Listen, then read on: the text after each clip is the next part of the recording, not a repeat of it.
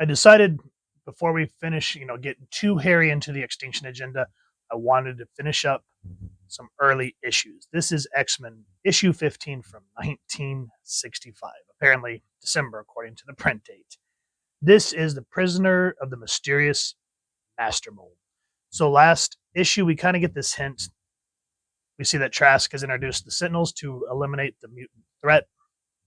This is the first appearance of Master Mold. So I love that this is essentially 3 issues building up the threat that is the Sentinels. So this is Smiling Stan Lee, writer, Jolly Jack Kirby, designer, Jovial J. Gavin as the penciler, Darlin Dick Ayers as the ink, adorable Artie Simek as the letterer. Now, if memory serves correctly, last issue, and we can flip back, the ground starts to rise up above them. It says a microsecond later, the entire hill seems to rise from the ground on thick piston legs, revealing a monstrous fortress beneath. And that's where we left off in our last time we visited all of this stuff. Now here, I love this old school work. This right here, just human hands creating something without, 3D models, Photoshop, Illustrator, InDesign, nothing like that. This is a Hall style. And what's also great about this issue is it's also, in this epic, the origin of the beast. And I wish this was an original copy. But nonetheless, this has been a really great collection from the Penguin Classics.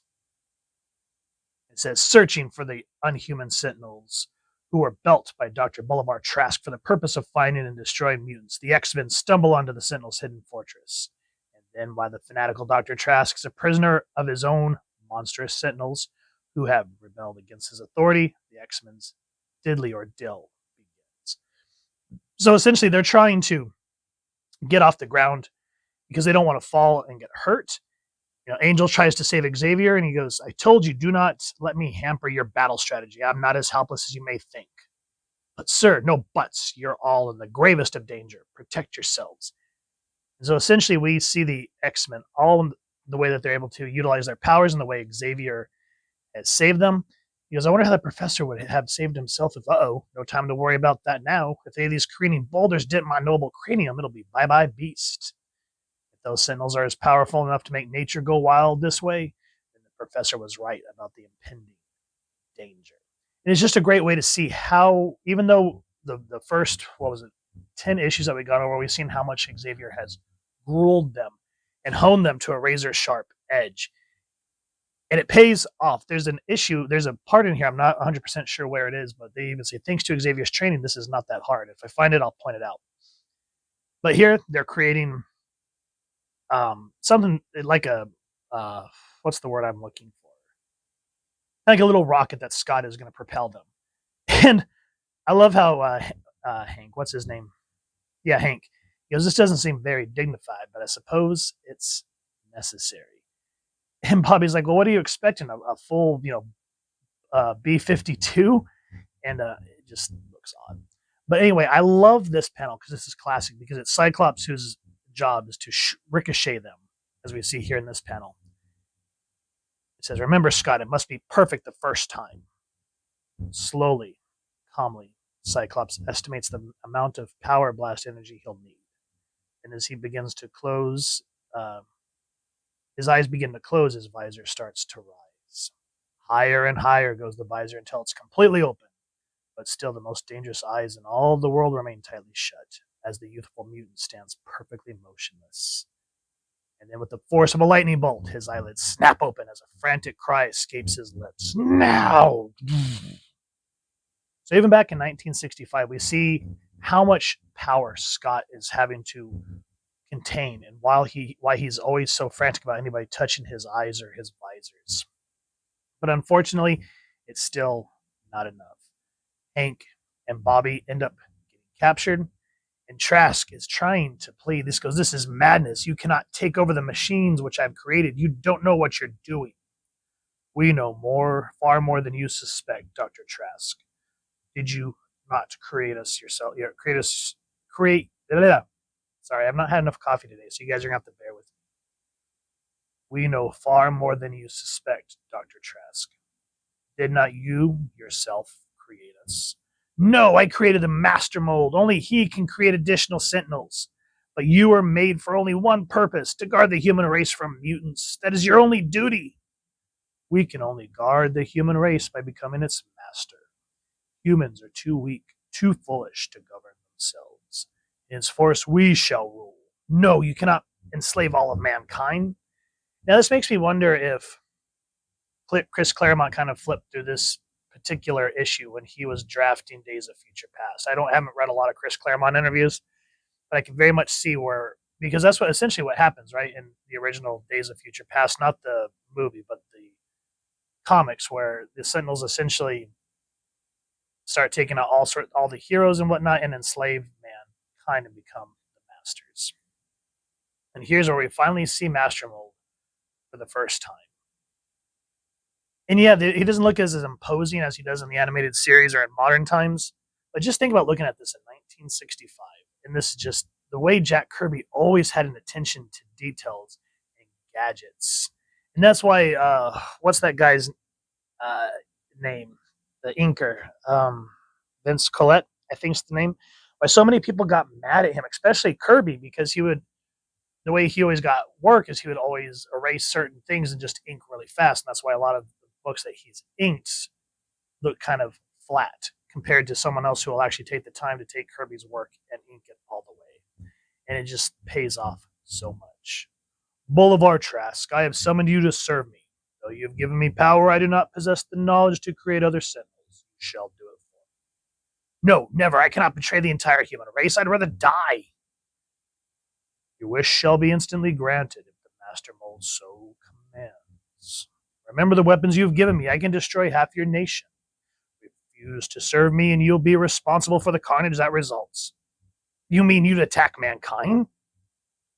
My Sentinels and I are not human. We have no feelings, no emotions. We are capable of anything. So it sort of puts him in a precarious situation where either serve and kind of enslave mankind or see it destroyed. It's very much a what's that word? Why is every time I want to talk to you guys, my brain just goes blank? It's Hobson's choice. That's the word I'm looking for. Where you're damned if you do, damned if you don't. Now, one thing that kind of throws me here is Xavier in this issue. I've never seen it done again since. But Xavier says, though I cannot control the mechanical brain of a Sentinel, I can strike it with a bolt of pure mental energy. Somewhere behind those walls are they operating the weapons which guard the fortress. If I blank out their minds, I nullify their weapons. And it's just kind of interesting to show how back in the day, Stan Lee and Jack Kirby didn't really understand the mutants' powers, and they just kind of threw stuff left and right. And it shuts them down. Gorgeous piece. And I always loved how, in these older comics, the forefront always, like what we're supposed to be looking at, gets the color, while everything else always had those light blues to show that it's there. But, to kind of save time on color printing and whatnot, they'd always make like light blue and dark blue to show the details, but not overly saturated. Now, Beast and Bobby, as I said, got captured, and they want to probe Hank's mind and get all the type of information that he can about the X-Men. Hank, as much as he tries, cannot get past it. He goes, I am the Beast. I serve the X-Men. Our mission, protect mankind from the evil mutants and any and all dangers that may befall. Trask starts to kind of realize the error of his ways. He goes, their mission, protect mankind. How wrong I was about them. What dreaded harm I've done. Now, while the battle rages, we now enter into Beast's mind. The neighborhood bullies picked on me because I was a new arrival, and also because of my anthropoid physique. But I myself did not yet suspect the powers I possessed. So it shows the bullies trying to beat on him, and he's just flipping around. And rather than people being in awe, they consider him a freak.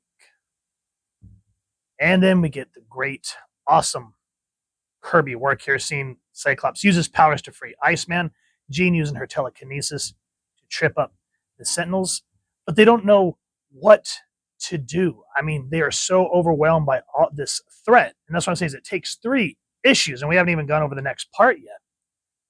But Beast, we go back into his mind. It kind of gives him into, with all this tension going on. He talks about how he excelled both academically and in sports as well. But again, everyone saw him as a freak, and that's when Xavier came and proposed him come to the school.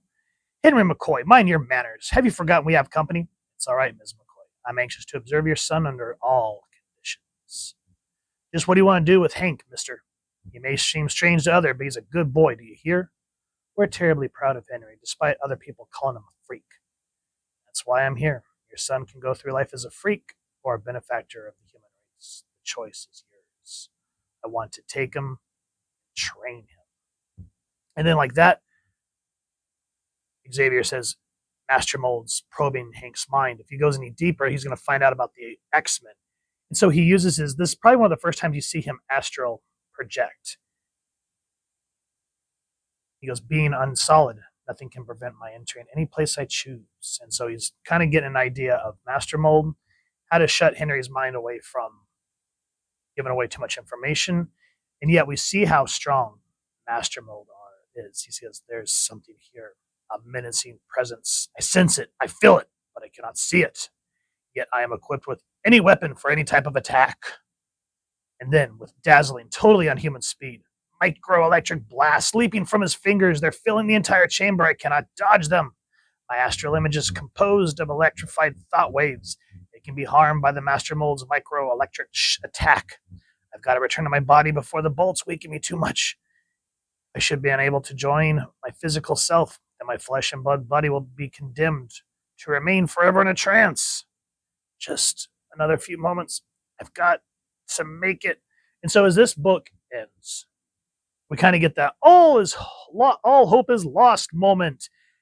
And it really is a nail biter. I mean, the way Lee scripted this, you are on the tip of your toes the whole issue. And then the art team just kicks butt left and right. Yes, it kind of, you can say it looks crude compared to modern day work.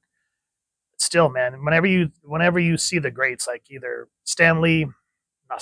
what's his name? Todd McFarlane, Jim Lee, Rob Liefeld, Mark Silvestri, they always talk about how they grew up on Jack Kirby, Steve Ditko, and that's what inspired him. That's what we got today, thanks to these goated kings. Yes, I used a new person reference.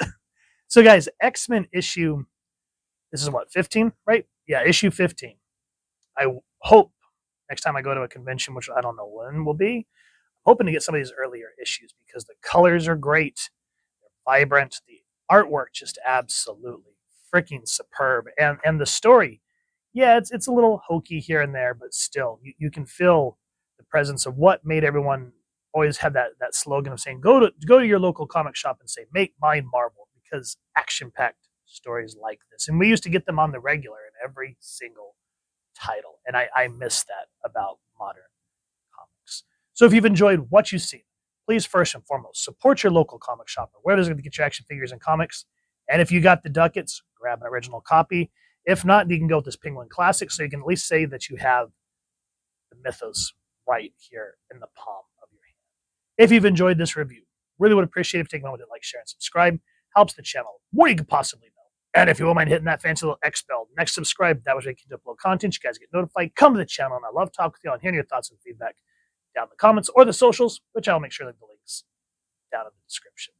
So with all that said, hope you all continue to have an absolutely amazing day reading, and happy hunting, everyone.